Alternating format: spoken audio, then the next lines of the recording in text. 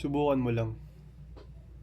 Bakit kailangan mo nga bang subukan, no? I think for me, kailangan mong subukan for the sake of experience. Siguro lahat naman tayo may kanya-kanyang interest no? May mga bagay tayong gustong itry. Whether nakikita natin through social media, nakikita natin sa mga kaibigan natin, nakikita natin sa mga idol natin, saka nakikita rin natin sa mga iba't ibang tao, no?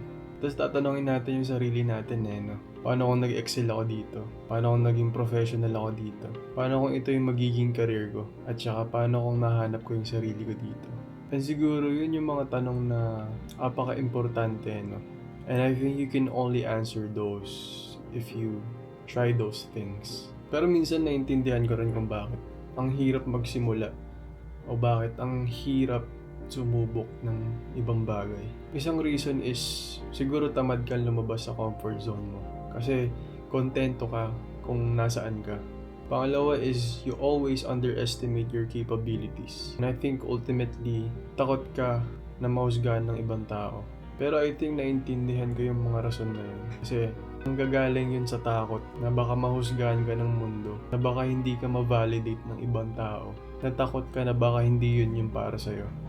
Pero I think in order to conquer that feeling and to conquer that thought, I think kailangan mong matuto na ma-detach sa iisipin ng mundo. Na kailangan mong ma-detach sa magiging opinion ng ibang tao. Na mawalan ka ng pakialam kung huhusgaan ka nila. I think tayong mga tao is takot tayo na mahusgahan kasi kailangan natin ng social connection or validity from other people. And I think that is completely natural. But what if you can detach yourself from the world? That in order to be truly happy for the things na gusto mong gawin, kailangan mong i-detach yung sarili mo sa opinion at judgment ng ibang tao. Kasi I think no matter what, people will always try to bring you down. Kasi they themselves are also in the position of yours. Natakot, na-anxious, tsaka desperado sa validation. Pero kayang-kaya mong i-break yung pattern na yun if you just detach yourself from those thoughts and just do whatever the fuck that you want to do.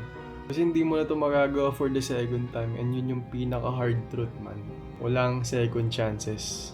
Kaya piliin mo lang lagi yung nakakapagpasaya sa'yo and kung ano yung sa tingin mong tama para sa'yo. And keep seeking wisdom within yourself. Kasi buhay mo yan And lagi mo lang rin iisipin na may Diyos na laging andyan para sa'yo. Na andyan lagi para gumabay sa'yo and hindi ka papabayaan. So be happy, do what's right, and keep seeking wisdom within yourself. So always find hope in everything that you wanna do and gawin mong worth it yung buhay mo ngayon. Peace.